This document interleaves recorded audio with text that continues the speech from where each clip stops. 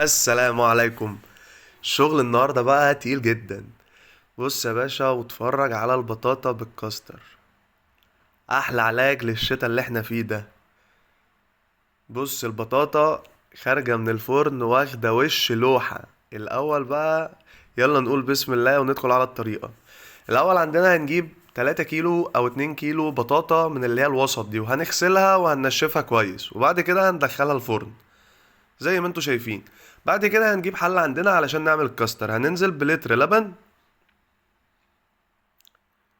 وثلاث معالق كبار من الكاستر الباودر، وقلب يا باشا. بعد كده هننزل بنص كوباية من السكر وبس، وخلصت معانا الطريقة. وهتفضل تقلب لحد ما يبقى معانا بالقوام اللي انت شايفاه ده. بعد كده هترفعيه من على النار وهتسيبيه يبرد، وهتغطيه بأي حاجة علشان ما يعملش قشر على الوش. هنبص على البطاطا بتاعتنا، هتلاقيها تضغطي عليها من كل النواحي كده، هتلاقيها طرية كده، يبقى استوت يا باشا. علشان بقى نعمل القوارب بتاعتنا هنجيب ورقة فويل وهنجوزها بالطريقة اللي انت شايفاها دي. حضرتك عندك الاطباق الفويل عادي، اي حاجة المتاحة عندنا. انا ما كانش عندي فاتصرفت بالورق الفويل وعملته بنفس الطريقة اللي حضرتك شايفاها. بسيطة جدا ومش محتاجة اي حاجة يعني. بصوا، بعد كده هنفتح البطاطا ساندوتش زي ما انت شايفة.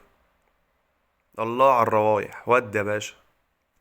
هنجيب الكاستر عندنا بعد ما سيبناه يبرد، وانزل يا باشا بالكاستر بقى في قلب البطاطا من جوه كأنك بتحشي سندوتش بالظبط.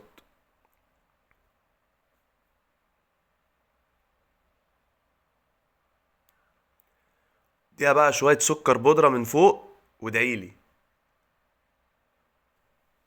ويلا بينا على الفرن. هنشغل فوق بس، واول لما تاخد معانا الوش هنطلعها.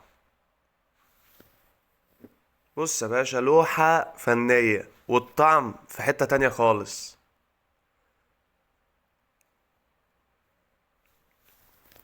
ودي في الكاستر.